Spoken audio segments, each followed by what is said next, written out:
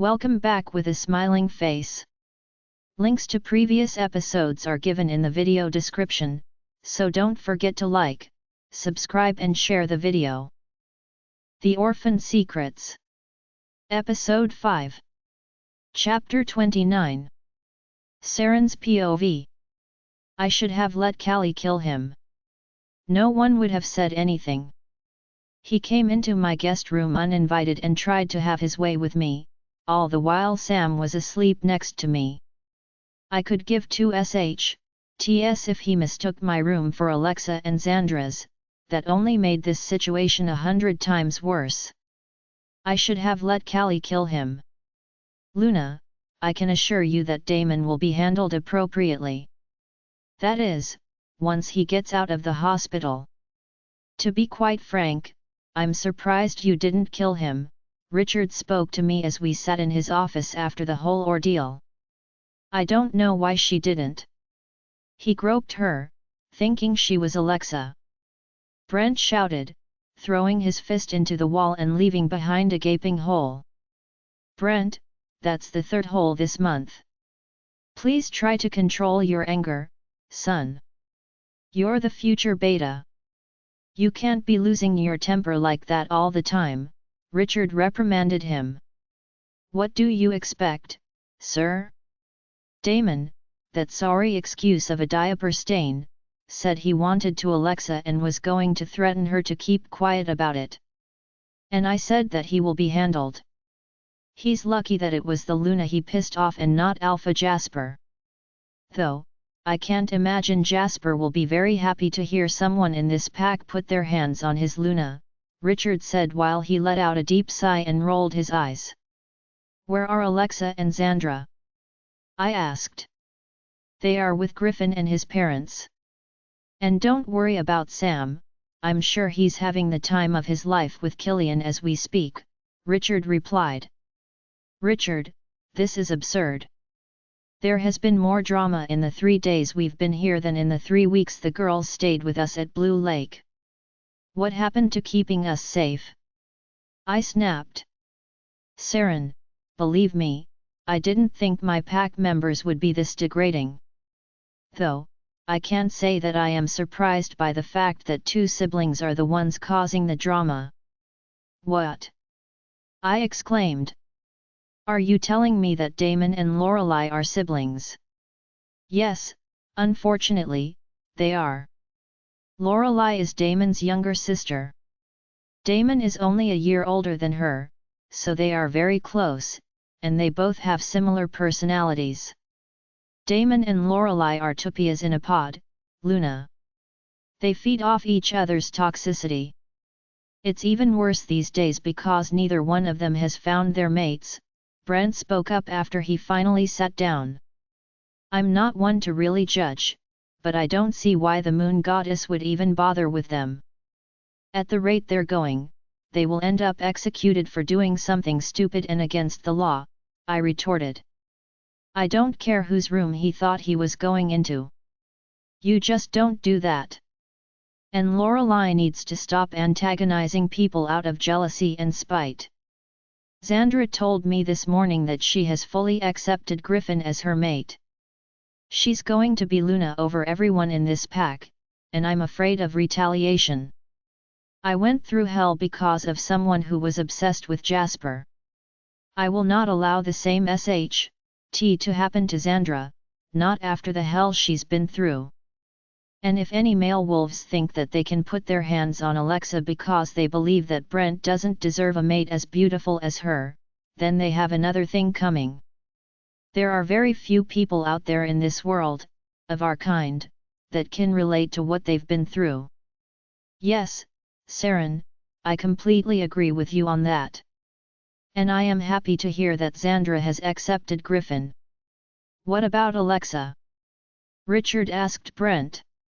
I haven't had a chance to speak to her yet. I will do that once we are done here, he replied. Very good. I hope to hear some good news before tonight.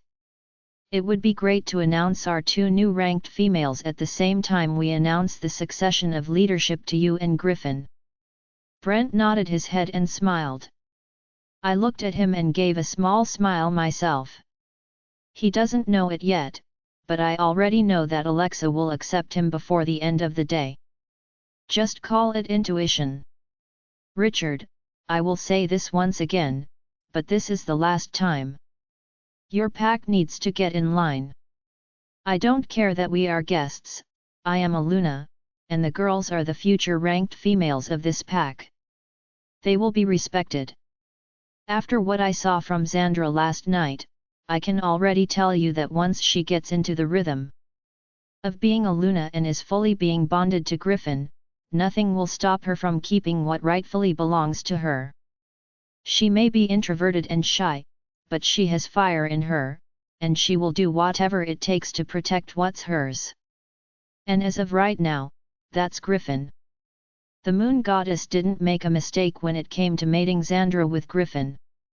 Xandra has the qualities of a Luna because of the passion and desire inside of her.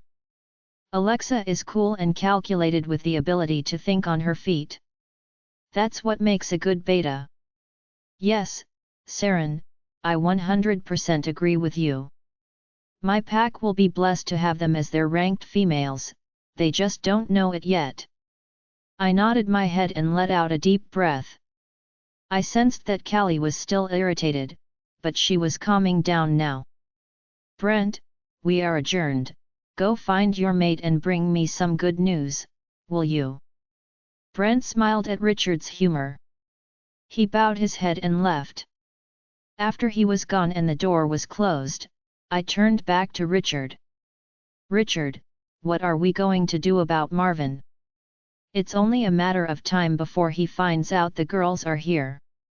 Even if they were to become the Luna and Beta of Golden Moon, I can't help but think if the wrong person finds out about them or learn that someone is after them, they will betray the pack and help Marvin without hesitation, I asked, feeling increasingly distressed about their situation.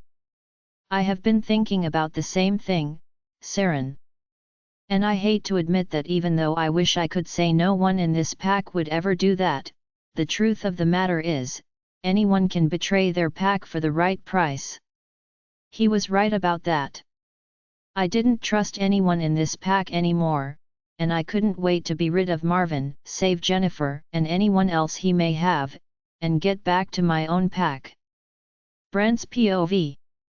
Chaos was agitated after he heard the SH.T. Damon tried to pull. It wasn't S. Griffin and Freuda, but I'm glad he went into Luna Sarin's room and not the girls.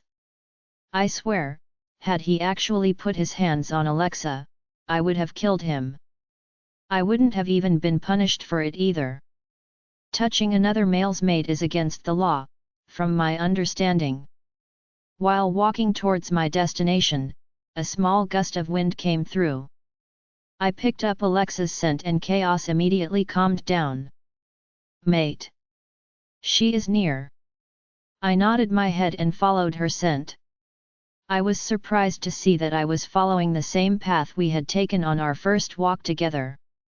I picked up the pace once I figured out she was at the fallen tree trunk based on the trail she followed. As I made my way, I saw her sitting by herself. I skidded to a complete stop and composed myself. Her mere appearance had my heart racing and my hands sweating. I hated how nervous she made me but loved it at the same time. I've only known her a few days, but it felt like I've known her for a lifetime. There was no doubt about it, Alexa had my heart. I loved her. I was with my ex-girlfriend for 3 years, and I loved her. I wanted to marry her. But the feeling I got with Alexa was unlike anything I had ever felt before. This mate bond was insane. The way her looks made my heart skip a beat, how my entire body trembled with the need for her, and the fact that her scent alone had my DCK standing at attention, almost instantly, was incredible. Brent, I know you're there, she called out to me.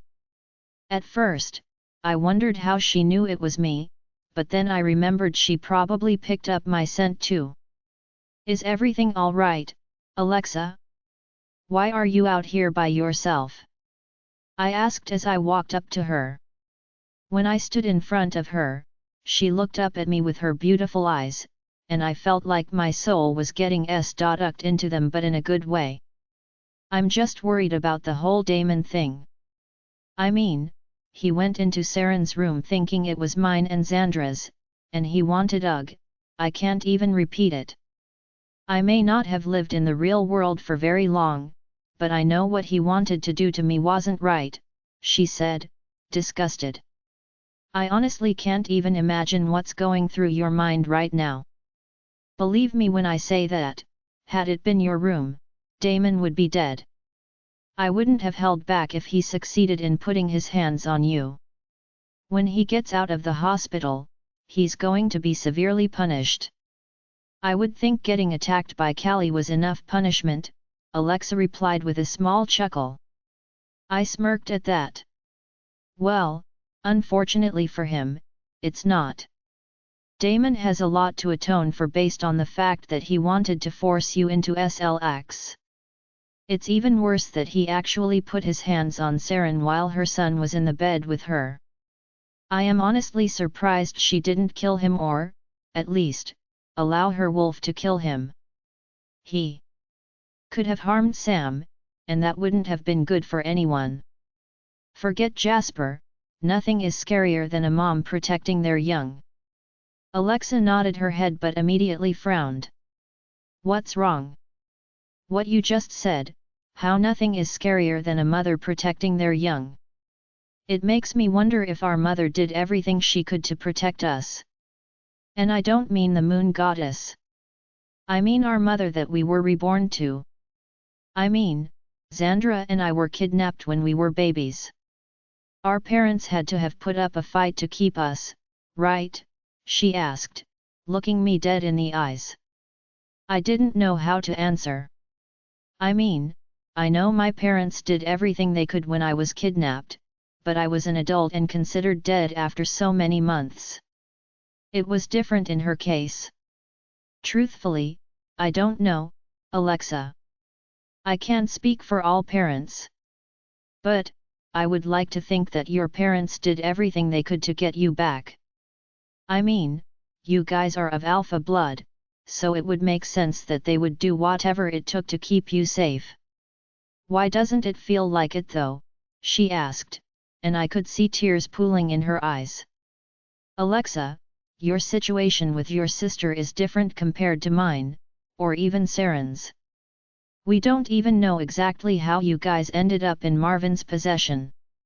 For all we know, whoever kidnapped you guys the first time around sold you to Marvin right away, and he made a female give birth to you guys.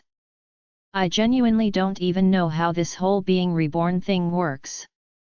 But, I would like to think that whoever she was, she loved you both and it killed her knowing that you were taken away from her, I replied and wiped the tears that fell from her eyes.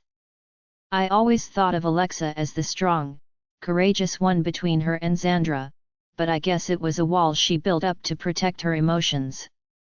Brent, do you really want me as your mate? She asked all of a sudden. I didn't answer her right away because I was so caught off guard by the question. Do you?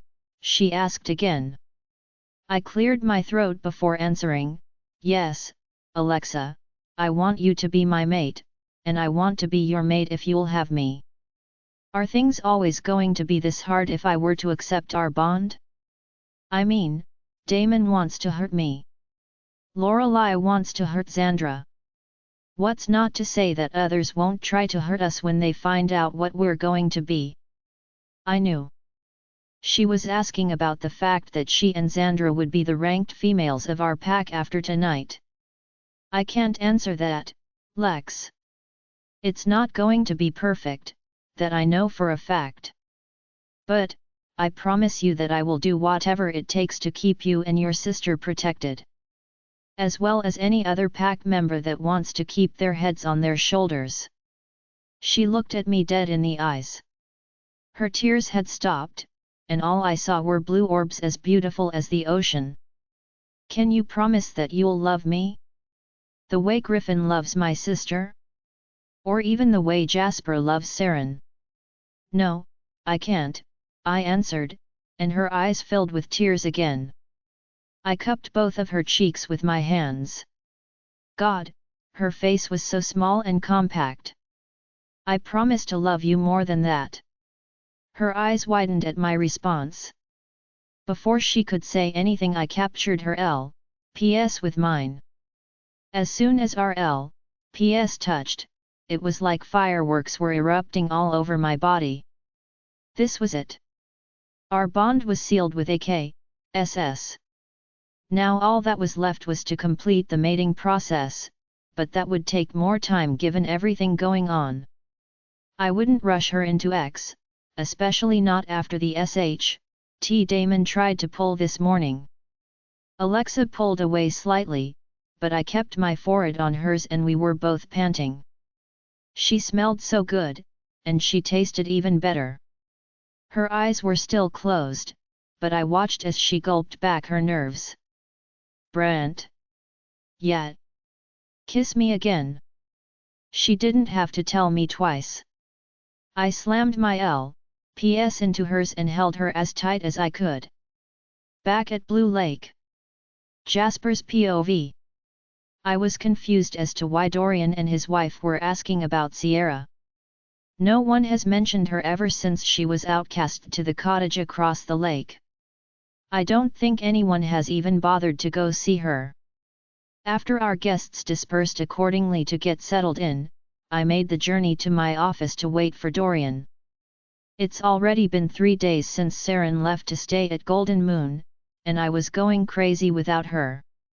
Even more so after hearing about the drama that occurred with Xandra wolfing out and almost getting into a fight. I wasn't happy that Sarin used her powers on someone from Richard's pack, but, based on what Sarin told me, she didn't really have a choice. I hated the fact that complete strangers knew of Sarin's powers now, but there was nothing that I could do at this point. Sarin having powers won't stay a secret forever, and that was something I was going to have to get used to. As I was waiting for Dorian, I received a video call request from Richard. Hello. Jasper, how are you? Missing my family, but, other than that, I'm okay. Well, I'm sorry to be the bearer of bad news, but there was an incident this morning with one of my pack members and Sarin. If you're talking about the female who tried to attack Xandra, I already know about it. It's not that, Jasper. This is more serious and I'm fairly certain that you're going to insist on coming here when I tell you about it. I paused when he said that. Just then, there was a knock on my door, and Dorian peeked his head in. I signaled for him to come in before turning my attention back to Richard. Richard, what happened with Sarin? He what? I roared at the computer screen. Who is this? He dare touch my mate. Jasper, please, calm down. The issue is being handled. Sarin and her wolf already beat the living SHT out of him and he's currently recovering in the hospital. Once he is released, I will deal with him. I just wanted to tell you, as a courtesy. Richard, if he's not dead before I get there, then I will personally kill him. What do you mean before you get here? A distant cousin of mine who specializes in tracking and hunting just arrived here at my pack, and we plan to go to Golden Moon. A team of his best trackers is following a group of traffickers they caught kidnapping a werfox. We think this may be Marvin's group. Oh, well, that's good news. Who is this cousin? I turned the computer screen so Richard could see Dorian's face. Dorian, this is Alpha Richard Griffin of the Golden Moon Pack. Richard, this is my distant cousin, Dorian Shaw, Alpha of the Desert Moon Pack of Las Vegas. Yes, I have heard many things about you, Alpha Shaw, you, and your wife. A human turned wolf, handpicked by the moon goddess. Your name sounds familiar. I would think so. I sent a gift of condolences when news of your first pup made the headlines. Ah, yes, I remember. You sent the arch of white roses for her memorial service. Yes. I look forward to meeting you in person, Alpha Shaw. Likewise. Jasper, you might want to call Sarin later. I will, Richard. I'll call you the day we plan to head over. Very good. See you then. I hung up the phone, and Blade was stirring in a rage after hearing that someone put their hands on Sarin. Jasper, you need to calm down. There's not much you can do about that he just mentioned until we get there. And you know as well as I do that you just can't go killing someone else's pack member. Dorian, put his hands on my mate. The mother of my son. He tried to ape her. But he didn't. And if I heard correctly, she wasn't his target. He just went into the wrong room. It also sounds like your mate did a number on him and chose to spare his life. Going against her by killing him yourself only shows that you undermine her judgment. What? What if that was your wife? I wouldn't need to worry. Allie can handle herself. More than likely, she would have done the same thing.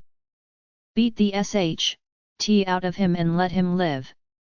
Not to show him mercy but humiliation. Males getting beaten by females is one of the most humiliating things they can endure. During training it's one thing, but when push comes to shove, no male wolf wants to get him kicked by a female. Also, I would ask my wife what she wanted to do. Her opinion is important, and I always ask for it.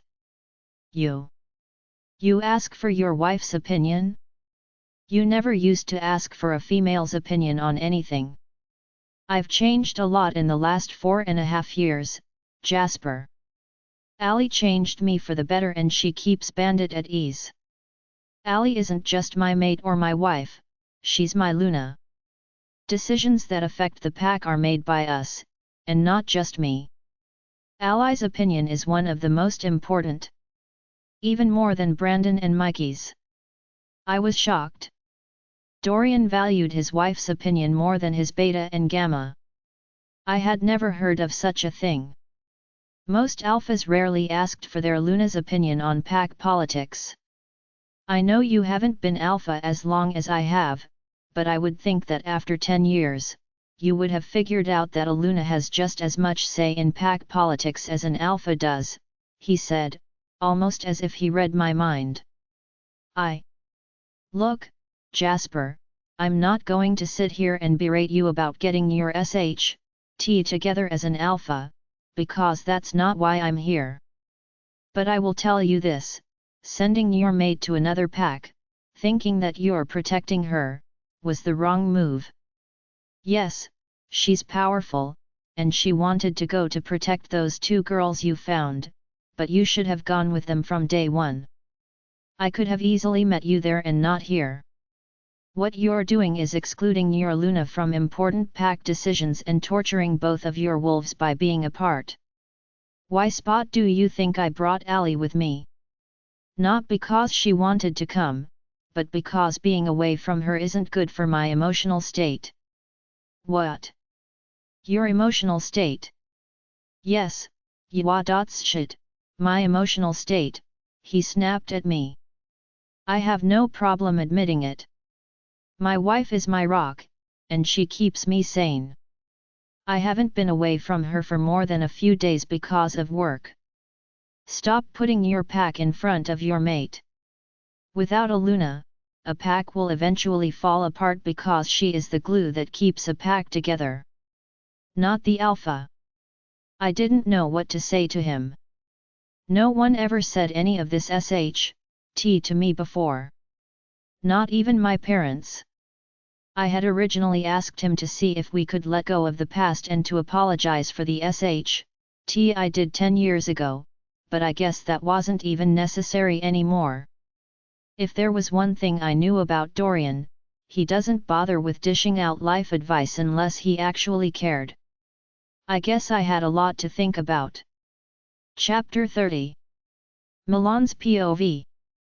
Labor was no joke, and I'm grateful my mom stayed with me the entire time. What I thought would take several hours only ended up being about 4 hours. My pups wanted out, and they wanted out fast. I was simultaneously excited and scared about finally reaching this milestone in my life.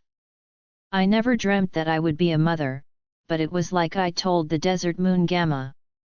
After seeing everyone have a pup, my ovaries started to hurt with want and envy. So, I had finally convinced Jason for us to actively start trying. He was over the moon, and that alone made me happy as well. What I didn't anticipate were twins right off the bat, but I guess being a fraternal twin explained the higher probability. Though, I half expected it to come from Angelo instead.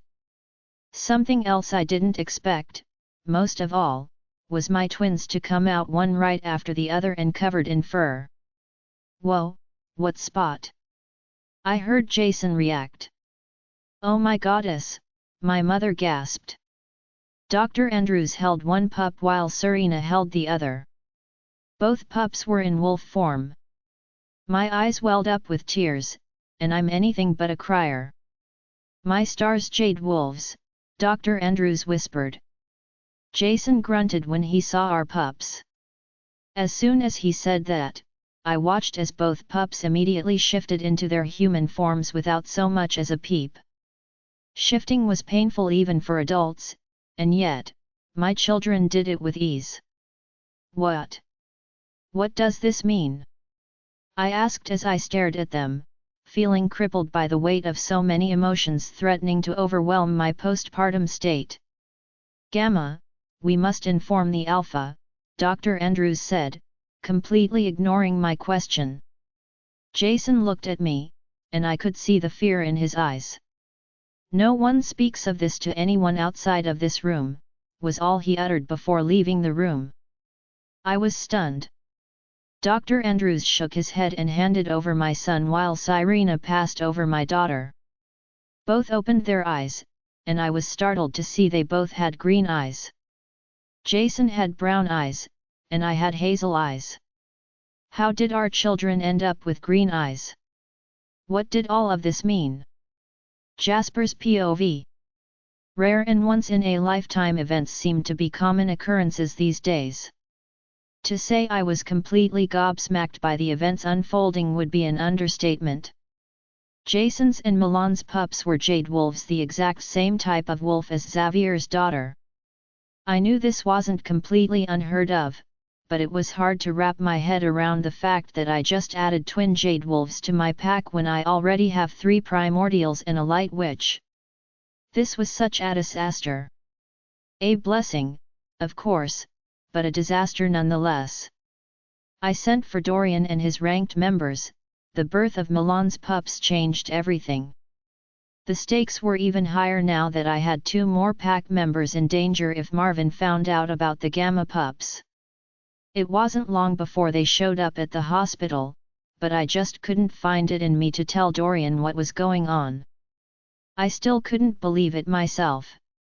My mind was a jumbled mess as I tried to find the right words. Would Dorian even know what a jade wolf is? As soon as I gathered my thoughts, his Gamma female spoke first and asked about the jade wolf. So much for breaking the ice. Jade wolf? Sin, what are you talking about? Ali asked her. That's what both Alpha Jasper and his sister have on their minds. That's why he's all nervous and looks like he's about to faint. Milan's pups are jade wolves, she answered. Sin, you need to stop reading other people's minds. Dorian scolded her. She bowed her head with respect. It's fine, Dorian. Sarin does it all the time too. It's hard for them to shut it off. Don't be angry with her, I'm glad she brought it up. I honestly don't think I could have done it myself without vomiting, I said to him. Jasper, are you telling us that the newborn Gamma pups are, in fact, jade wolves? Dorian reiterated. You've heard of them? I asked. I have. Rare wolves born in wolf form with the ability to shift from infancy. They're almost black in color with a green hue when light reflects at a specific angle. Green eyes in their human form regardless of the parent's eye colors, and some I've heard hold special abilities. What? Melody, Kendrick, and I all exclaimed. I'm guessing you didn't know about that last part. Dorian asked, and we all shook our heads. I wondered if Jennifer had a special ability that no one knew about. She was taken as a child, so it was definitely a possibility. Jasper, why are you so worked up about this? It's a blessing to have a jade wolf, let alone two. Dorian, an ally alpha by the name of Xavier has a daughter, and she's also a jade wolf. She was kidnapped 20 years ago, by the same man we are after. She was sold a couple of years ago according to Alexa and Xandra, I told him. Alexa and Xandra are the two girls you're helping, he asked, and I nodded my head. Our assumption is that she was trafficked when she turned 18. Xavier was blackmailed into helping the trafficker, a Canadian alpha by the name of Marvin Archimedes. He promised Xavier the information on his daughter's whereabouts in exchange for bringing him to Alexa and Xandra. I see. You think that if Marvin finds out the Gamma pups are jade wolves then he will come for them since he's done it before. I nodded my head. Jasper, where is this Marvin person? Ali asked me. Honestly, I have no clue. Alpha Jasper, I don't understand, his beta began to say, if you knew this man was potentially a trafficker, why is he not behind bars awaiting an investigation? We don't have concrete proof, I replied. I thought this Pax Luna could read minds. Sin interjected. She can, but... But what? There's plenty of circumstantial evidence to hold him until a full investigation was conducted, she said, cutting me off. Gamma Sin, not everyone in my pack knows what Sarin can do. What? All of Desert Moon shouted at me. Jasper, what spot? Dorian growled at me. Are you telling me that you're keeping your Luna's abilities a secret from your own pack? Her pack. Dorian, you don't understand, people knowing about Sarin can put her in danger. I don't understand? Are you kidding me, Jasper? Look at who my ranked females are, he roared in my face, making me jump. I rarely ever jumped. My top 3 females were hand-chosen to fulfill a prophecy about our pack that dates back thousands of years, and each of them has abilities of their own. I sure as understand, but I also don't lie to my pack. The powers of all 3 are known to all of my pack members. I was floored to hear him say that. They openly shared their powers. Were they not afraid of blowback? Of course we're afraid of blowback. Sin shouted at me. But that doesn't mean we lie to the people we're meant to lead and protect. How can you build trust between you and your pack members if you hide important information from them? Also, how the hell does your mate hide the fact that she has abilities? I mean, that is unless you... She paused and glared at me. Oh my god, you do. You prevent her from using her abilities. I don't want pack members to be afraid of their Luna. She's otherworldly powerful. Half of the ones that do know are terrified of her and don't even associate with her because of it. That's on you, Dorian sneered. What did I tell you earlier about undermining your Luna? I gulped. Why was I being scrutinized at my own pack?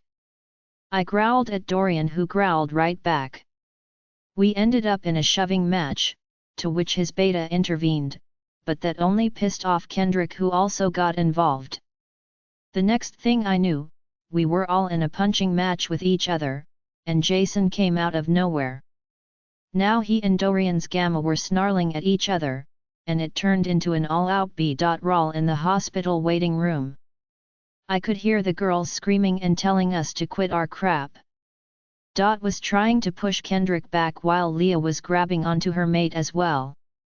Sin was pushing back Mikey, but there was no one to hold back Jason since Milan was still in the delivery room. Dorian and I were on the floor grappling when we were interrupted by a loud noise. "Enough!" someone roared, shaking the entire waiting room. I had my fist mid-air, about to punch Dorian when I saw the source of the sound: Dorian's wife. Her eyes were black, and she was shaking with rage. I was shocked. Her Luna aura was powerful. Even more powerful than Sarin's. But how? "Jasper! Take your hands off my husband," she gritted her teeth. I released my grip on Dorian and stood up, slowly stepping away from him. Dorian got to his feet and wiped the blood off his face. "Yo, what is going on?" The female Delta said, appearing in the middle of the waiting room from thin air. "You two," Ali addressed Kendrick and Jason, "get Spot away from my Beta and Gamma," she said with such venom in her voice. Kendrick and Jason immediately let go of Brandon and Mikey. Ali was huffing and puffing at this point. "What is the matter with you? You are all acting like a bunch of teenagers," she insulted everyone. "We are in a hospital waiting room. You are all ranked male wolves, have you noti good nighty? And you," she pointed at Jason. "Your mate gave birth less than an hour ago. Why Spot are you out here fighting when you should be by her side, taking care of your newborn kids?" Jason lowered his head. "I heard fighting, and you're be in the hospital room with Milan. Not out here. Where are your priorities?" Kendrick, Melody, and I looked sideways at Jason, who had nothing to say for himself. "Go!" Ali commanded him. Jason made haste and ran back to be with Milan and the pups. "Baby! Don't!" she snapped at Dorian. "You three are just as bad as they are," she reprimanded her pack. "We're egoists here. We're not here to judge how Jasper runs his pack. We're not here to eavesdrop on other people's conversations. We're here to fight an enemy of our kind and help Blue Lake. How Jasper runs his pack, is how he runs his pack. And you," she pointed at Sin. "You pregnant. Why Spot would jump into the middle of a fight? Do you not care what happens to that pup inside of you?" "Hey!" Sin lowered her head and leaned into Mikey. "Gizmo. Don't gizmo me, Brandon Kane." "Yes, ma'am. You guys are unbelievable. Milan just gave birth to two very special pups, and instead of celebrating their new lives, the first thing you do is worry that someone may come and take them? Is that all you care about?" she directed at me. "If you were so worried about this Marvin guy, then you should have captured and locked him away while an investigation took place. Regardless of where he is from, he is operating his business in your territory. That gives you every legal right to have him detained. The fact that your mate knows for sure he is the one should have been more than sufficient circumstantial evidence to keep him here. But you let him go. And in doing so, you put every other special and rare supernatural in danger. Not only your mate but Alexa and Xandra along with my females and myself. You can also add Milan's pups to that list as well." I cast my gaze to the floor. I closed my eyes when I realized she only spoke the truth. Ali took another deep breath and put her hands on her H.P.S. while blowing her hair out of her face. I felt Cale Thornwood aimed of my behavior, but I was even more Cale Thornwood aimed of the fact that I was submitting to Dorian's wife. I was being put in my place and it didn't feel like I was an alpha at that moment. "Jasper, I may not agree with Dorian chastising you about how you run your pack, but I do agree with him when he says that you are undermining Sarin and her abilities. It almost seems as if her having powers is a hindrance to you." I looked up when she said that. But that's not. It's not? Then what is it? I have never heard of an alpha that cared about what others thought of his mate. Why wouldn't I care? I can't have my pack members being afraid of their Luna or worse, trying to cause her harm, Ali, I retorted. Isn't that what banishment is for? With all due respect, Ali, banishment isn't that simple. Isn't it? She sneered back. Being part of a pack is earned and not a given right. Only law-abiding pack members should be able to call a pack home. If a pack member knowingly breaks the law, then banishment is the rightful punishment. If pack members are afraid of Sarin because of her gifts, then tell them to go find another pack. If they don't like her, for whatever reasons, and have something to say about her being the Luna, hear them out and then send them packing. It is as simple as that. I've banished pack members for less. I've sentenced pack members for execution for less. But, all those decisions were just and legal. I bit my bottom lip when she said that's how easy banishment was. It wasn't that I didn't know that or believed it. I just couldn't banish someone for one bad thing. I believed that everyone deserved a second chance. Was I wrong? Or was I being naive? Alpha Jasper, are you aware that your pack members are questioning you and your Luna's ability to lead them? Sin asked me. I furrowed my brows when I heard this. Excuse me. Did I stutter? My pack was questioning me and Sarin? What did they say? I asked curiously. That you and your Luna are weak and incompetent. They said that? Melody asked, completely surprised. Not in those words, but it's what was implied, Sin replied. What else? Melody questioned. That your brother and Sarin can learn how to be leaders and not just Alpha and Luna from Dorian and Ali. That Sarin doesn't earn her respect as Luna and that it's only given out of obligation because she's the Luna. Melody's jaw dropped and I was speechless. Don't be so dramatic, it was only 2 kitchen omegas, Leah said. But, if there's 2, there's bound to be more, she continued. I didn't know what to say or how to react to this information. I was under the impression that pack members loved Sarin. I could care less if they liked me, but faking their admiration for Sarin was disheartening. Jasper. I looked at Ali. Why are you even still here? What?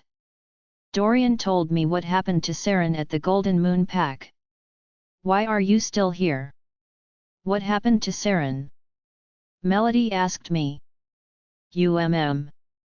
She was attacked by a pack member of Golden Moon. He thought he was going into Alexa and Xandra's room, but he went into Sarin's instead.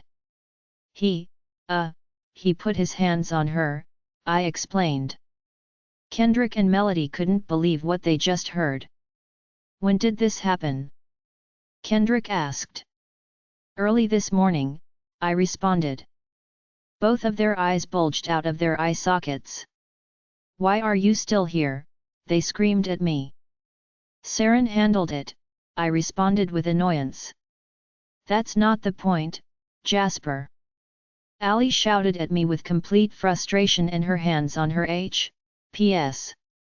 I was taken aback by the amount of attitude she was showing me.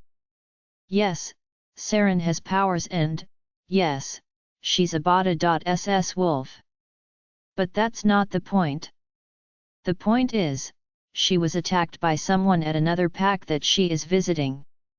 Her safety was promised, then violated, and yet you're still here. Your mate was attacked. Yet, here you are, worrying about something that may or may not even happen. Whether she told you she took care of it or not, you should have dropped what you were doing hours ago and went to her. To support her. To console her. To love her. You need to get your priorities straight, she flat out told me. Your mate comes before your pack. No matter what. I just stood there shocked. Go! Ali shouted at me.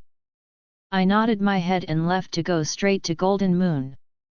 I went into the garage and got into my Ferrari since I needed my fastest car to get to Sarin. As I was driving, I thought about everything that just occurred along with everything Dorian and his pack members said to me. Had I really been screwing up that badly as an alpha? As a mate? Did my pack members really question my ability to lead them? Were Sarin's powers a burden and I was just too stuck up to admit it? Was I undermining her by forcing her to keep her powers a secret from the pack and everyone else? I slammed on the brakes in the middle of the road and pulled over. I thought about it all, what Dorian said about making the wrong choice not going with Sarin to Golden Moon from day one, Ali saying that I shouldn't care about what people say about Sarin and her abilities, that if they don't like it they could just leave. And how banishment of non-law-abiding pack members was in fact that easy. Then everything that had happened in the past came rushing through my mind. My inability to banish Layla and Tareen from the get-go, even though everyone told me I should have. Keeping Tareen on pack grounds only because I felt bad for her pup. Having Svetlana create the clone of Sarin, which only led to more problems in the end. It hit me, and it hit me hard. I was a selfish and weak alpha. And my inability to embrace Sarin and her powers made her a weak Luna. She was anything but a weak wolf, but I made her a weak Luna. Then I thought about how Ali shook the hospital waiting room. But wait, her Delta female showed up all of a sudden. If she only shook the hospital, then no one else would have felt it. Did Ali shake the entire castle? Was she that powerful, a human turned werewolf? How could that be possible? I made it possible, I heard a voice. I turned to my passenger seat, and there was a strange woman in my car. Ah! I shouted. Who the foo? You finish that sentence, I will pull your ears, young man. WH. Who? Who are you? You may call me, Selene. Chapter 31. Jasper's POV. I was stunned, to say the least. There was a woman in my car. The fact that she appeared out of thin air is what freaked me out the most. She looked as if she wasn't a day over 40. She wasn't a vampire, that was a given. She was a wolf, and she screamed power. A lot of it, I might add. Who are you? I asked her. You may call me Selene, she replied with a smile. That doesn't answer my question. Who are you? And how the hell did you get inside of my car? Oh Jasper, are you really going to act as if you don't know who I am? You said it yourself that I scream power. She could hear my thoughts. I guess I shouldn't be that surprised, considering she materialized into my passenger seat. Oh, for the love that is all lunar, I'm the moon goddess, you silly boy, she revealed. My eyes popped out of my head, and I scooted back in my seat as far as I could, which wasn't very far since I was inside my Ferrari. Do not be afraid, Jasper. What are you doing here? You asked a question, so I came to answer it. Well, you technically asked several questions. I furrowed my brows at her. Jasper, I came because I can feel how lost you are, how lost you have been. It's no secret that you've changed since the whole ordeal with Layla and Svetlana. Your memories were stolen from you, which inadvertently led you to physically harm Sarin. That ultimately influenced her to leave, taking your son with her. But Sarin came back. She did, but that's not all there is to it. There is more.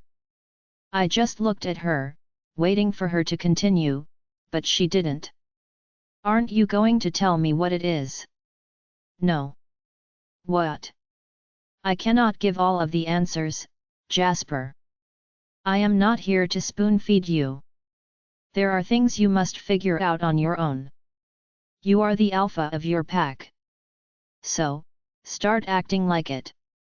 I don't understand. What have I done wrong that makes me a bad alpha? You're not a bad alpha, Jasper. You're not as great as you used to be, but you're not bad. Bad would refer to someone like Cale Thornwood and his father. You're a good alpha still. But you were once great, and you have the capability of being superb. However, there are a few things that need to be corrected before that can happen. Like what? I asked, and all she did was let out an exasperated sigh. What? Jasper, you know what has to be done. You know the answers, but you are refusing to acknowledge them. The perfect example of willful ignorance. As you said, your decisions not to hand out rightful punishments made you a weak alpha, and your refusal to allow Sarin to openly use her gifts have made her a weak Luna. You are correct. And the bond between the two of you, are you aware of what kind you are supposed to have? I nodded. Strong, powerful, and unbreakable. Tell me, Jasper, do you feel that kind of bond with Sarin when you are with her? Her question caught me off guard. I wanted to answer yes, but the more I thought about it, the more I realized that I didn't have the powerful bond I was supposed to have with her. I turned my head and squinted my eyes while deep in thought. What happened to my bond with Sarin? I asked without looking her in the eyes. You need to figure that out on your own. How is that supposed to help me? I yelled at her in frustration. I never thought the moon goddess would be so cryptic. Giving you the answers doesn't help you learn anything. I'm here to guide you. To give you clues and the notes you need to figure it out. Providing you the answers accomplishes nothing. If you need someone to give you the answers or at least steer you in the right direction, you are going to want to talk to Dorian. Dorian? Yes, and Allie. Wait, are you telling me that you have a relationship with those two? Yes. I chose Allie, Sin, and Leah to fulfill the desert prophecy. And Allie, well, she's one big hellraiser, she replied and lifted her brows at me. Allie is a spoiled rat who needs to get off her high horse. Yes, well, I can't deny that Allie has her moments. She throws tantrums like a child, and she is quite spoiled by Dorian and his family. What makes Allie better than Sarin? My own pack respects her more than they do their own Luna, and they've known her a day. Do you want my honest answer? I nodded my head as if it should have been obvious. Allie doesn't give a rat who thinks what of her, and neither does Dorian. Does it bother him when people say bad things about Allie and her attitude? Of course, it does. He's her husband, but he lets it go because she does. What? Are you saying that Allie being a BH to people is why she's better than Sarin? No, that's not what I'm saying. What is the matter with you? Then what are you saying, Selene? Help me understand. Please. It's her confidence, you nitwit. Her confidence. Yes, her self-confidence. And Dorian's confidence in her. I just stared at her. Jasper, you have no confidence in Sarin. You don't trust her. That's not true. Isn't it? Sarin has only been Luna for a year. I'm not even going to count the year prior because she was absent for the first half and in the body of another for the second half. During the 1 year she has been Luna, what has she done for the pack? Other than using her power of telepathy and telekinesis to eavesdrop on others and throw trees because of your awful date plans. I slumped when she brought that up. So. I looked back at her. What has Sarin done for the pack that goes above and beyond her normal day-to-day duties as a Luna? What have you done lately? I exhaled deeply and hung my head. Selene had a point.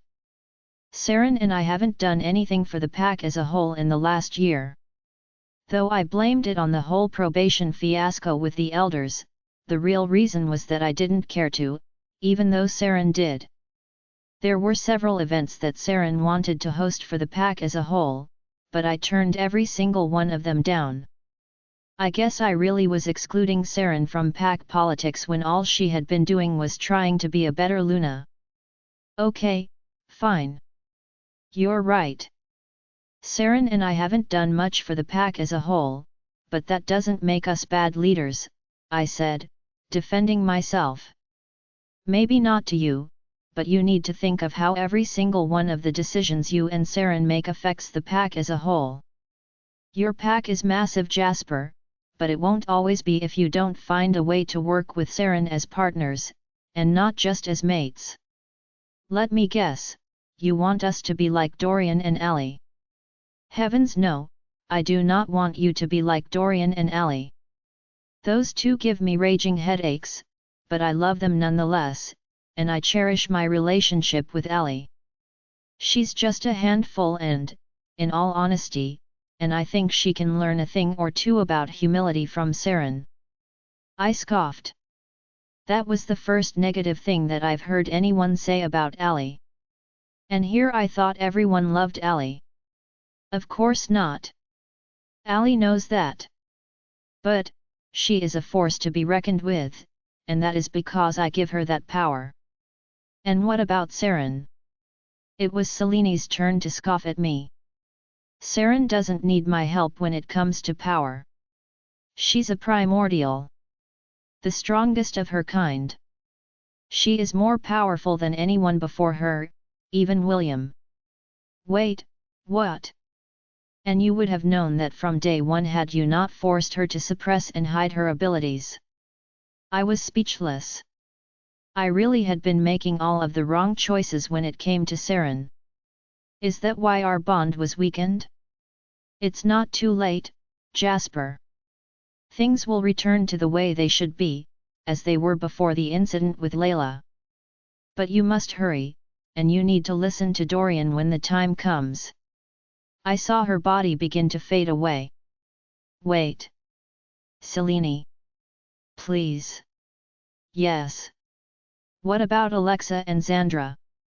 She held her breath and gulped. They're your daughters.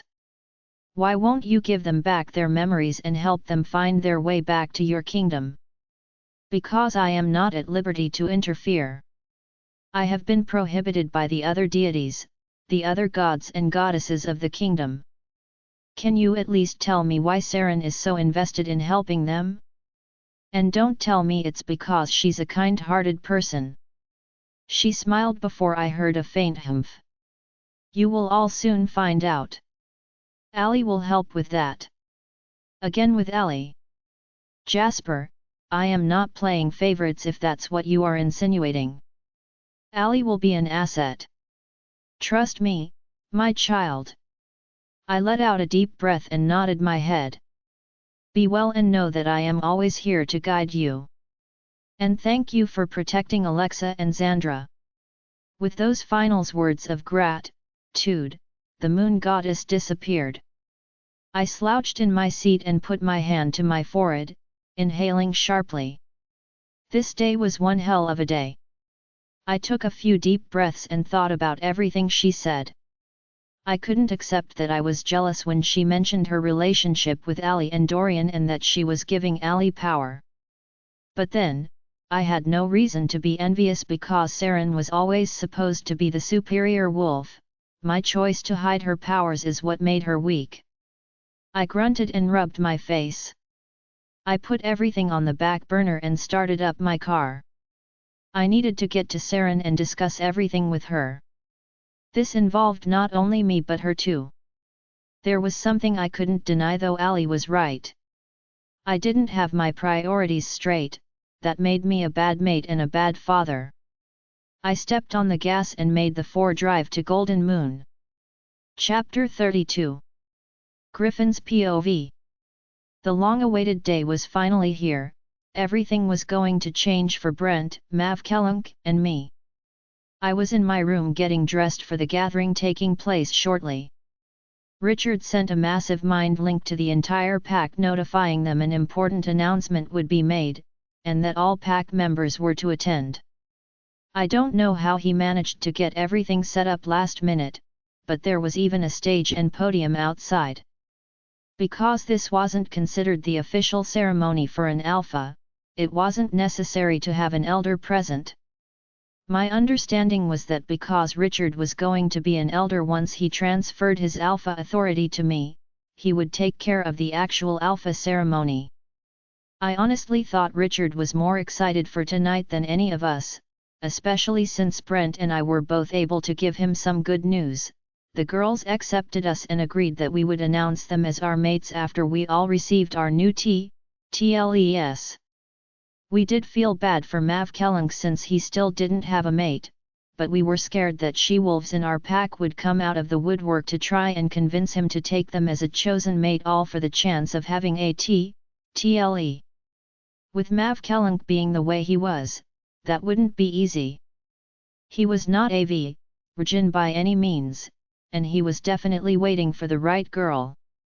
Considering he was still so young, his mate was bound to be out there somewhere. As I finished buttoning my shirt, there was a knock on my door. I left the top 3 buttons undone and opened the door. "Xandra." "Hi," she said shyly. I smiled and let her in. I closed the door behind me and, as soon as it clicked shut, Xandra pounced on me. She grabbed me by the back of my neck and pulled me into a deep, passionate kiss. I was taken aback at first, but it finally hit me what she was doing. I groaned in pleasure and pulled her close by her PS. We kissed until our lungs burned with the need for oxygen and reluctantly pulled away. "Wow, what was that for?" I asked breathlessly. "I've been wanting to do that all day," she replied and pecked my PS again. "We were together most of the day. Why didn't you do it then?" I asked her. "We weren't alone." I looked at her and furrowed my brows. Then I saw her nibble her bottom and that's when I realized she was shy about PDA. I smiled and hugged her. "Xandra, we don't have to be alone for you to kiss me. I can care less if people see us kissing." "Well, I don't want people to see us being. What's the word? Intimate. Why not? Are you Cale Thornwood aimed of me?" I teased her. "No, of course not. I just want to keep my life private. You're part of my life now, and I want to keep that private. People don't need to see us kissing. Hugging is fine, but kissing, no," she defended. I chuckled and nodded my head. If that was the way she wanted it, then who was I to refuse? If only she knew there was so much more than just kissing. But that would be for another time. Bringing up would have to wait until she was more acclimated to everything. "Come on, it's time for us to go. Richard is waiting," I told her as I glanced at the clock. She nodded her head, and I finished buttoning my shirt before I took her hand. Together, we headed downstairs and outside to the back of the pack house. We found Luna, Sarin, Sam, and Alexa already waiting and walked over to them. "I will see you in a few," I told Xandra as I left her with her sister and the Luna. I headed over to the side of the stage where Brent and Mav Kellunk were standing by. Trent and some of the other guards were there too, and they were all asking questions as to why this gathering was taking place and why the three of us were a little more dressed up than everyone else. "Patience, man," Richard asked us to dress up a bit. "I'm sure he has his reasons," Mav Kellunk replied while trying to keep his excitement at bay. I could feel his nerves as if they were my own. I figured that some pack members may have an idea what was going on, given that a poll was taken about who should inherit the pack from Richard. And since many pack members voted for me, according to Richard and Everett, it's reasonable to presume that some could speculate about tonight. After we stood around for a few more minutes, I saw Richard, accompanied by Everett and Jasper, walk up. I turned to Brent and Mav Kellunk. "Showtime," I said to them. Richard tapped on the microphone before clearing his throat. "Good evening, Golden Moon Pack." "Good evening, Alpha," everyone responded in unison. "Tonight, I have asked that everyone gather because I have a very important announcement to make." He paused and took a deep breath as his eyes scanned the crowd. "It is with a heavy heart that tonight, I announce my retirement as Alpha of the Golden Moon Pack." This immediately sent shock waves through the crowd. The pack members started to murmur in shock, and some even began to panic, asking who would be the next Alpha. "Quiet please," Richard said. Everyone calmed down and gave him their undivided attention. "I do not want anyone to worry, as I have already found my replacement. And before any of you ask, no, it is not an outsider. We will be keeping this within our pack." He paused again and waited a moment. "Members of Golden Moon, without further ado, I pronounce your next Alpha. Griffin McEvoy." Richard stretched his arm out to show where I was in the crowd. I gulped, took a deep breath, and made my way to the stage. I could hear the whispers and the mumbling, some good, some not so much. If there was one thing I learned, it was that not everyone likes their Alpha. They just dealt with it because it was better than being out on the streets as a rogue, or worse, dead. "Good evening, everyone," I said into the microphone. "I'm sure this comes as a surprise to most of you, if not all of you." I paused when I saw my parents and my sister in the crowd with Killian. My mother had tears in her eyes, my sister and her mate's jaws were on the ground, and my dad looked like he was the proudest father in the entire world. I could have sworn he even had tears in his eyes. Believe me, it was a surprise to me too. Whatever the reasons, Alpha Richard has decided to name me as his successor. I vow to him, as well as to all of you, that I will do everything in my power to be a just and fair Alpha. One that you can all be proud of, and one that you can all stand behind. Thank you." It was eerily silent for a brief moment, but then the crowd erupted in applause, cheers, and howls. I could see some she-wolves with hearts in their eyes, which I completely ignored. My gaze went directly to Xandra and she had a smile on her face. "Griffin, as the next Alpha of Golden Moon, it is you who decides your Beta and Gamma. Now, unfortunately, Everett has also decided to retire, and Jasper retired last year. Additionally, Jasper's son refuses to take on the role of Gamma and has left the pack to pursue other avenues. We wish him well, however. That leaves you to choose your second and third in command," Richard said, placing his hand on my shoulders. "Thank you, Richard. I have already made my decisions," I replied. Men throughout the entire pack puffed out their C.hests in hopes I would pick them. "My beta will be Brent North." Right off the bat, I could hear the moaning and disapprovals but tuned them out. Brent joined me on stage. "Thank you, Alpha Griffin." "I am honored to be your beta," Brent said and bowed his head. "My Gamma will be Mav Kellunk Moore." Again came the moans and groans of jealousy and disapproval, but Mav Kellunk held his head high and made his way to the stage. "Thank you, Alpha Griffin. I am honored to be your Gamma." He too bowed his head in respect.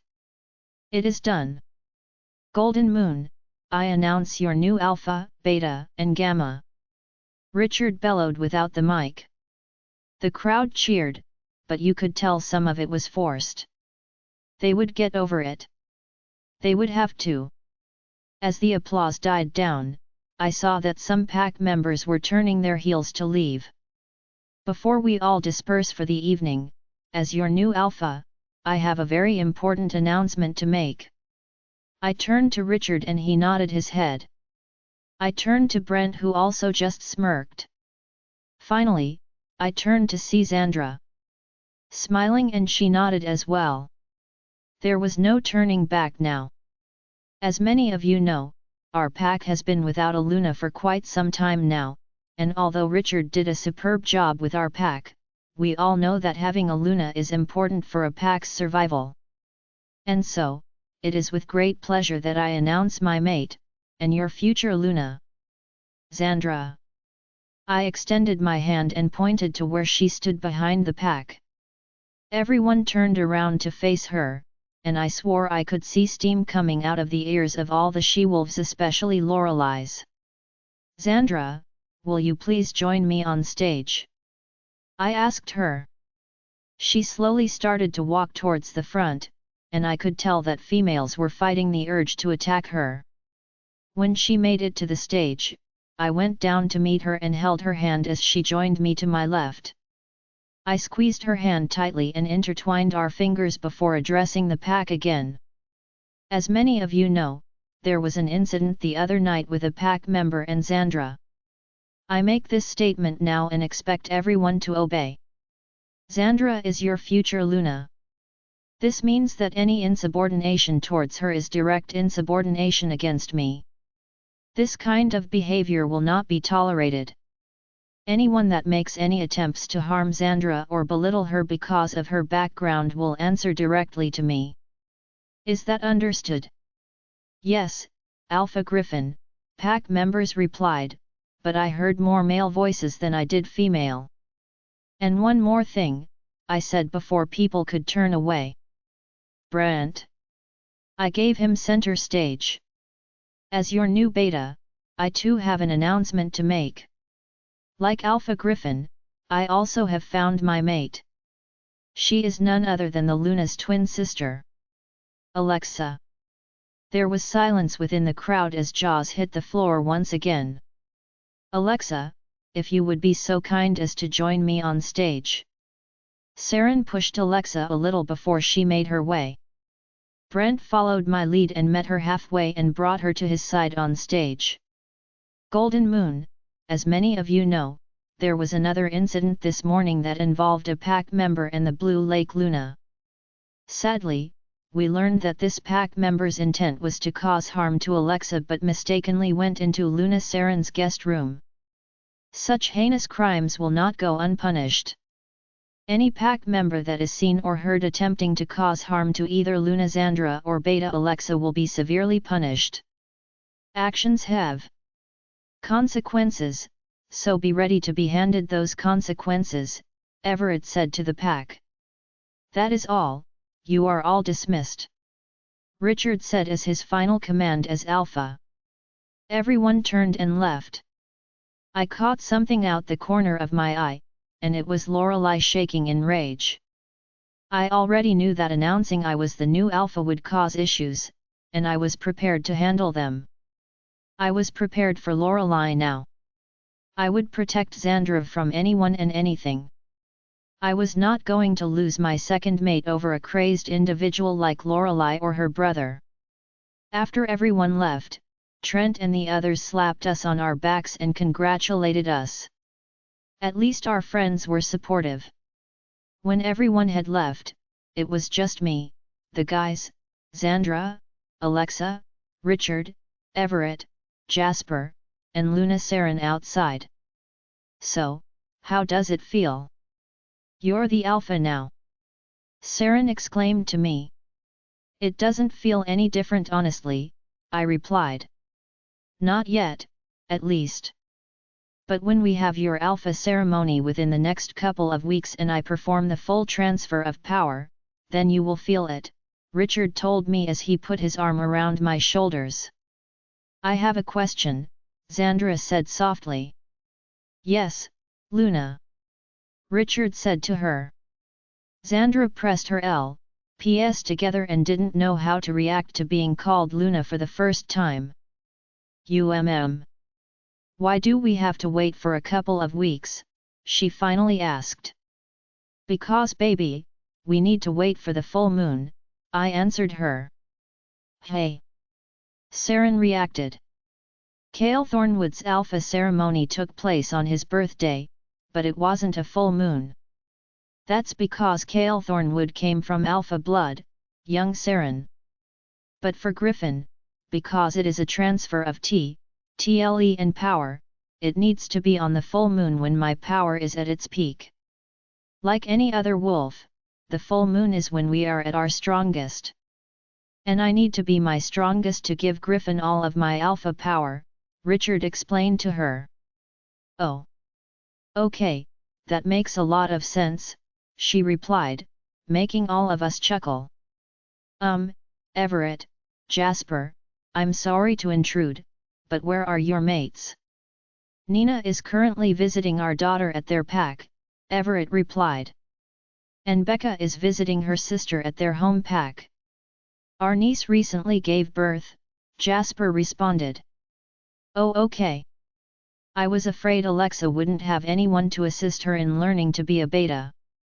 I mean, I could always send Melody here to help out, but I think learning from the former female beta would be more suitable, Sarin said.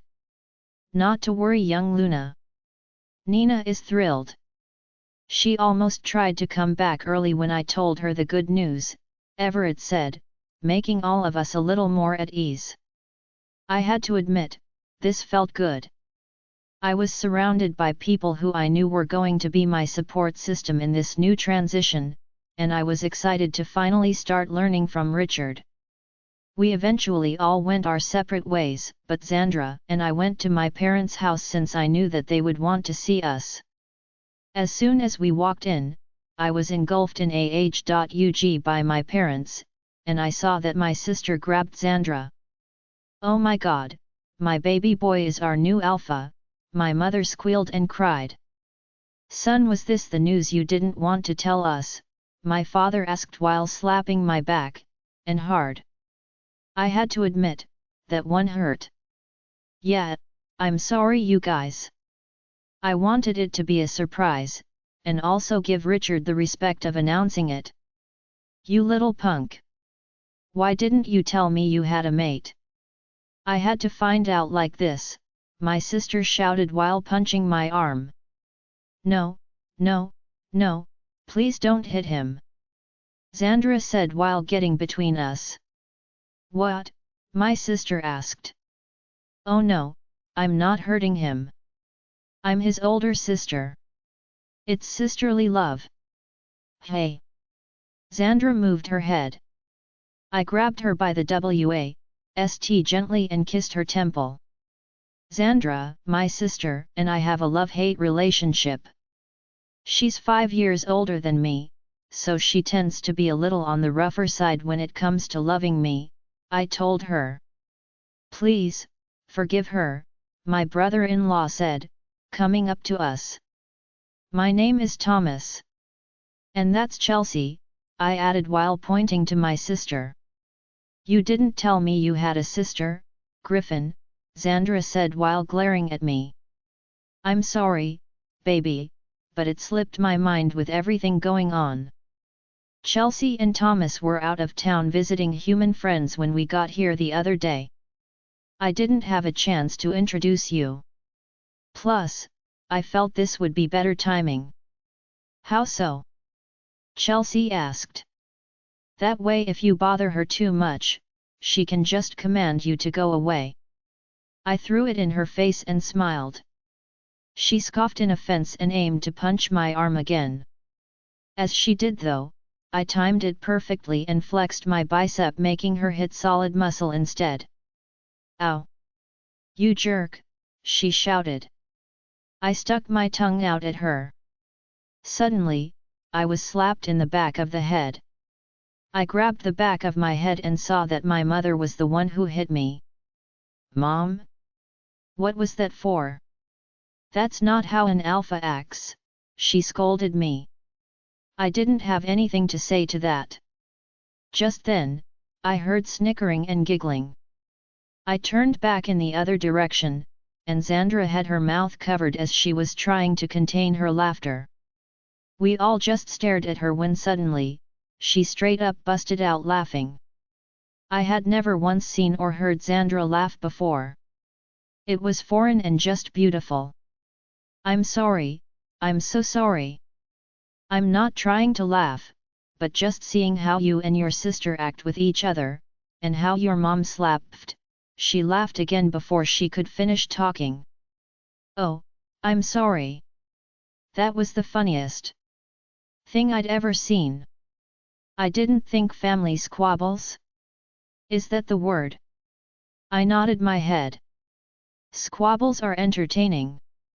What? You've never seen a family squabble? My sister asked her. Of course not, I grew up in a cage. You what?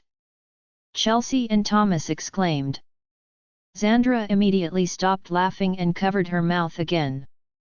What do you mean you grew up in a cage? My sister asked with concern. Chels, I got her attention. It's a long story. You're going to want to sit down. So she did. We all did. Xandra and I had already agreed to come clean to my parents about her past, and everything else in between. So, getting my sister and Thomas up to speed only felt right. Xandra was incredulous at first but opened up when she felt she could trust my family. Sarin's POV. I was in my guest room, putting Sam down for the night. He had played all day with Killian and Chelsea's pups, so he was tuckered out. Even though he had a nap earlier in the day, he passed out in the nursery right before the gathering according to the hired pup sitters. He was in and out during the actual announcements and could care less of what was going on around him. Sam was definitely playing more freely while here at Golden Moon. Even though Sam played with Leanne and some of the other pups around their age all the time, a lot of his play dates were constantly cancelled by Jasper. Sam was having the time of his life here, and it made me wonder what would happen when we went back home. I wondered if Sam would notice the difference. Once he was down for the count, I could see him smiling as he slept. He must have thoroughly enjoyed playing with older pups like Chelsea's kids Dallas, Austin, and Dakota. Dallas was 7, Austin was 6, and Dakota was 4.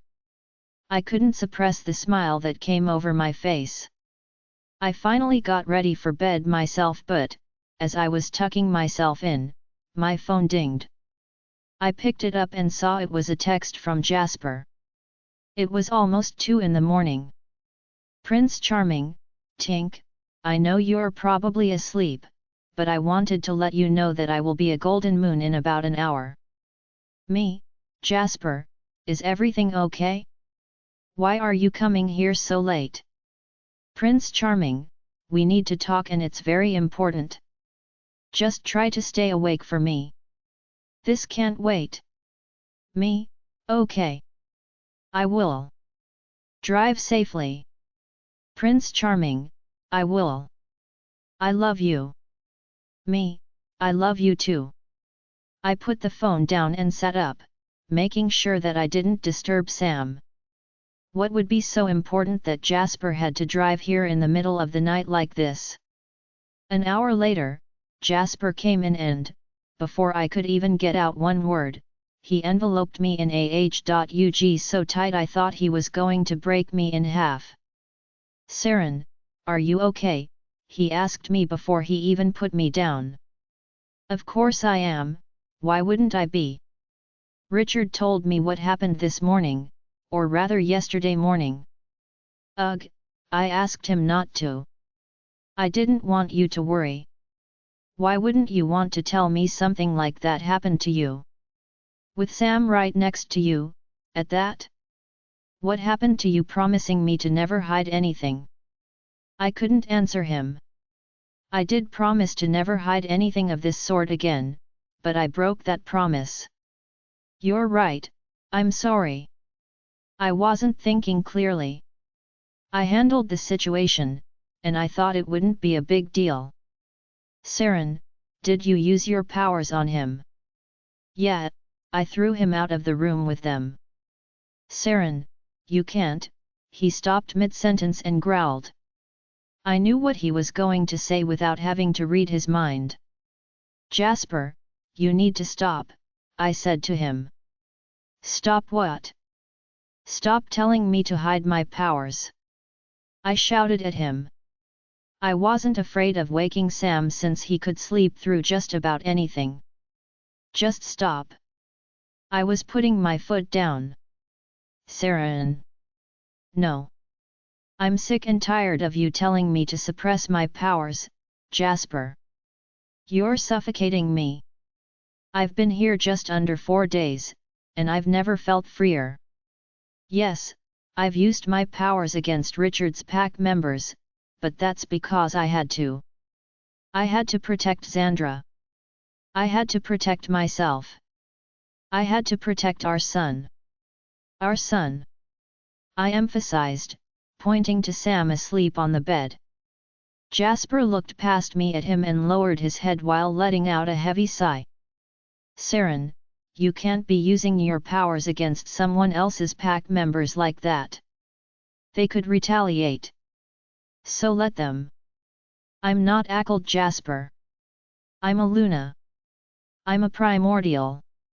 I'm a mother. Why can't you just trust me to use my powers wisely? Seriously, what is your problem?" "I just want to protect you." "Is that so wrong?" "I don't need your protection. I need your support," I roared at him with tears filling my eyes. "Jasper, you used to support me and encourage me. You're the one who wanted me to harness my powers fully, remember? You're the one who brought William to me. You did. And now you want me to stop using them? You're supposed to be my mate, Jasper. But lately, you've been acting more like an overbearing father than a mate." Jasper looked me in the eyes, and I stared right back. Something was off, and not just with him, but with us. Something about us wasn't right. Our bond, it was weak. It wasn't what it used to be. It hasn't been for a while now. But why? Chapter 33. Jasper's POV. After Dorian and Allie excused themselves to give us space to figure out our issues, Sarin didn't even wait for them to close the door before tearing into me about what a inged up mate I've been, and how I've been treating her like a child rather than my equal. It also didn't help that she blamed me for all our problems since she left and came back. Sure, things were still great in the bedroom, our carnal desires for one another still intact, and we didn't love each other any less, but I couldn't deny that everything wrong that had happened was a direct result of Sarin leaving me and the pack. "You should have known all of that, Jasper," she shouted at me. "Me? What about you? Last I checked, you're a werewolf too, Sarin. I grew up as a child slave, remember? No one ever taught me the rules of the mate bond. Anything I knew is what I heard from others talking about it. No one taught me the mate bond politics growing up at Blood Moon, Jasper," she snapped back. "If that was the case, then how did you know you had to reject me at the border of the pack then?" I retorted. "That's Werewolf 101. We're taught from a young age that if you want to leave a pack without being banished, you have to do it at the border. I rejected you because I needed to save my life and Sam's. You attacked me. It was the spell I was under, Sarin. You never would have been under a spell had you just banished Layla in the first place. You're the one who hid the fact she attacked you." "I didn't hide anything. I told you it was her. I told you that Michelle was protecting me from her. I only asked that you leave it alone because she wasn't worth it. That was a mistake on my part, I won't deny that. But you could have killed her the minute you found out she did something bad to us. And yet, you didn't. You kept her around for your personal revenge, and that's how I ended up as Megan. It was your idea to keep me in disguise. You didn't have to agree with me. I didn't agree with you." "That's the point," she screamed, standing to her feet. I told you it was a bad idea and that I had my apprehensions, but you told me to trust you. So, I did. Look where that got us. I ground my teeth, searching for something to come back with, but I had nothing to say for myself. Just admit it, Jasper. You royally inged up because your pride was hurt over the fact that someone got the better of you, she snarked and crossed her arms while sitting back down. I grunted in pure frustration and pushed my chair back. I got up and paced the conference room. I didn't want to deal with this right now because we had more pressing matters to attend to. But thinking about what Selene, Ali, and Dorian said, it was obvious that I really didn't have my priorities in line. Sarin and Sam should be my first priority. As a man, as a wolf, and as an alpha. Yet, I kept finding reasons and excuses to put them second, or even last. Sarin was right. I let my revenge against Layla get the better of me and practically turned myself into her personal puppet. Not that anyone could blame me, but I should have known better. I was immature and angry. My anger clouded my better judgment, and it made me lose sight of what was most important. Finding Sarin, returning her to the pack and convincing her to undo the rejections she made that fateful day.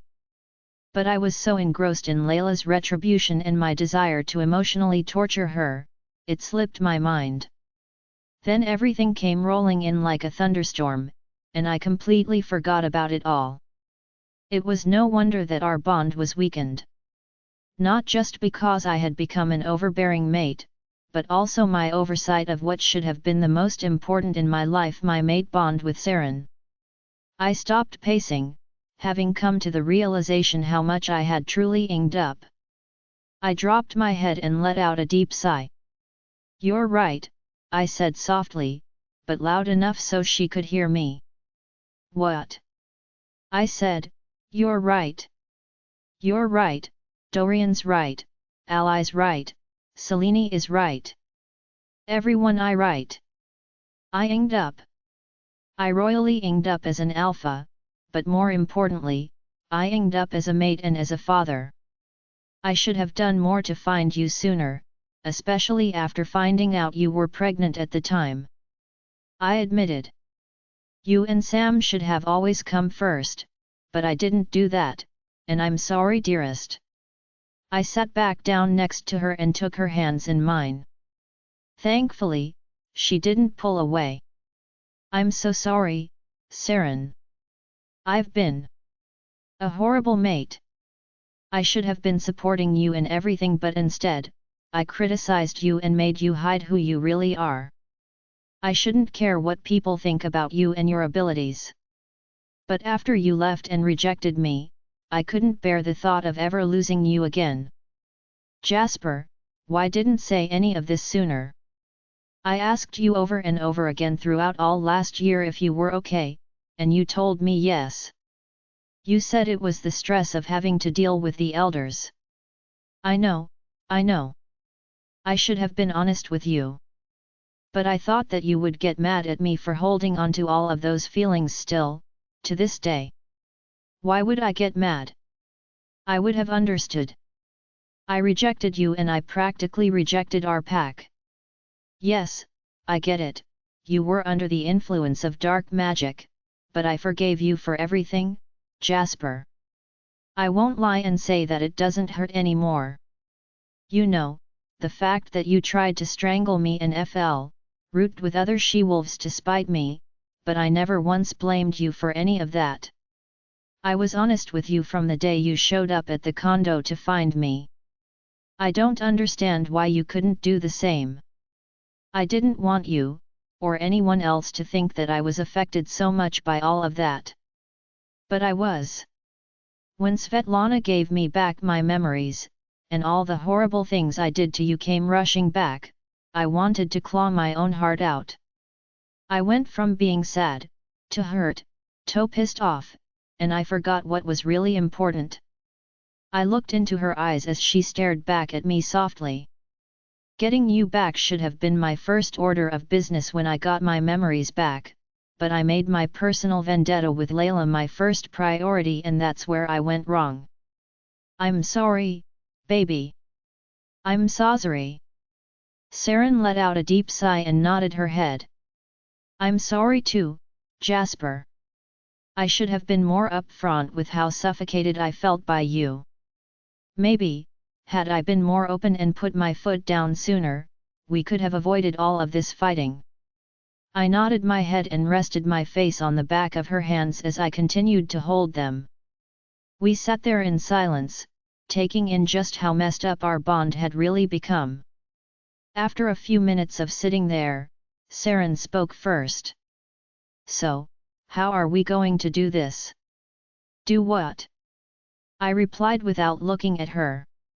Are we going back to Blue Lake so I can fix this mess and take back my rejections? Or do we wait until this whole thing with Marvin is done? That was a good question, and I didn't really know the answer.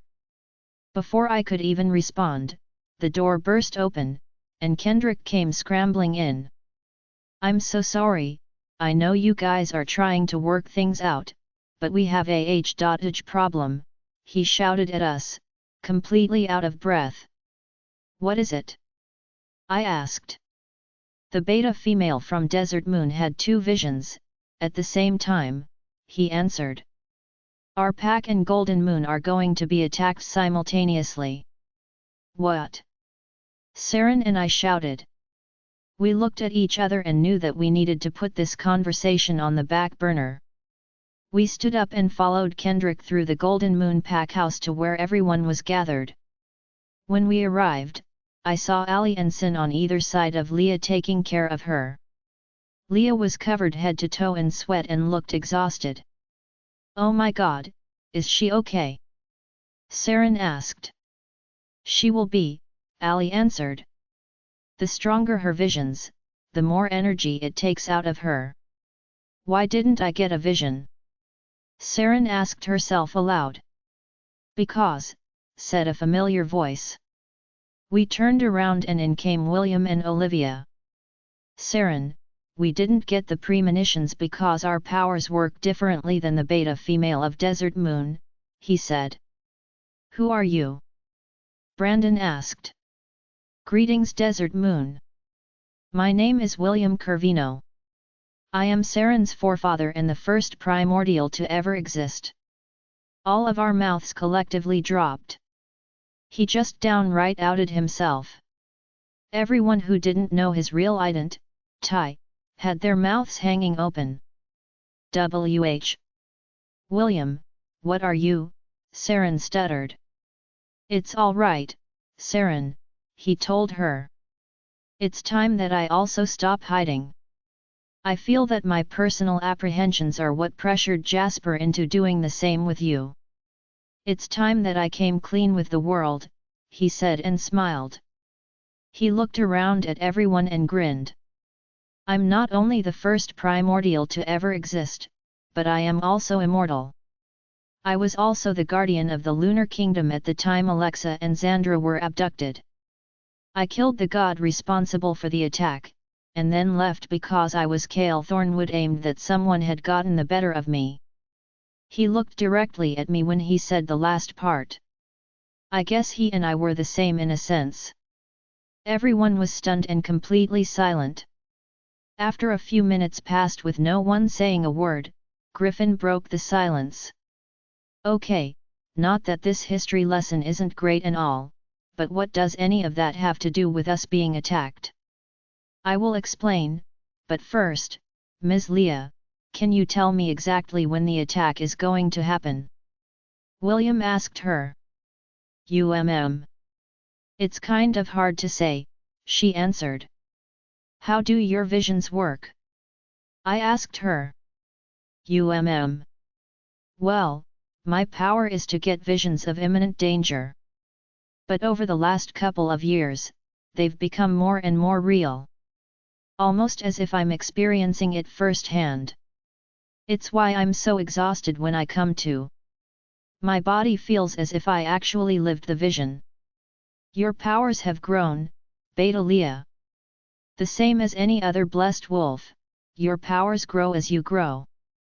For you, your visions have now mixed with astral projection, William told her. Everyone looked at him with wide eyes. Wait, are you saying that Leah can now project herself into her future self and live the actual vision? Ali asked. Precisely. I swear to everything that is holy, our lives are turning into episodes of Charmed every day, Ali muttered, making everyone chuckle. Beta Leah, think back to your vision. Is there any specific detail that told you the day or time the attacks occurred? Leah squinted her eyes and bit her bottom lip as she thought about her vision. Wait, she said and started to look around. Is there a clock on the outside of the pack house here? No, there isn't. Why? Griffin asked. I remember seeing a giant clock. It was just after 4 in the afternoon when both attacks took place, she answered. There's no clock here, Richard said and rubbed his chin. However, there is one on the outside of Black Moon's pack house. My eyes widened. Leah, I thought you said that they attacked here and at Blue Lake. Brandon said to her. I thought it was here. The pack houses looked the same. It's a common mistake. Xavier's pack house and this pack house were designed by the same person. Xavier wanted the giant clock on the outside of his after he took over from his father, Richard said. Okay, hold on. We need more information. Obviously, Desert Moon is at Black Moon during the attack there. But why attack Black Moon? What does Marvin stand to gain from that? I wondered. Sweet cheeks, can you tell us what started that attack? Brandon asked her. Leah closed her eyes for a moment. A girl. A girl, everyone repeated in unison. Yet. She's in the middle of it all. Can you tell us what she looks like? Sarin asked. She's African Amkelanan, skinny, almost too skinny. She has long straight black hair, she seems to be around your height? Maybe a little taller. She's young. Younger than us. She has green eyes. Though not an emerald green like Dorian's, but more of like a chartreuse green, Leah responded, looking at us. I watched as Alexa and Xandra looked at each other in surprise. What is it, girls? I asked them. That sounds like Jay, Alexa said. Jay? As in Jennifer? Xavier's missing daughter.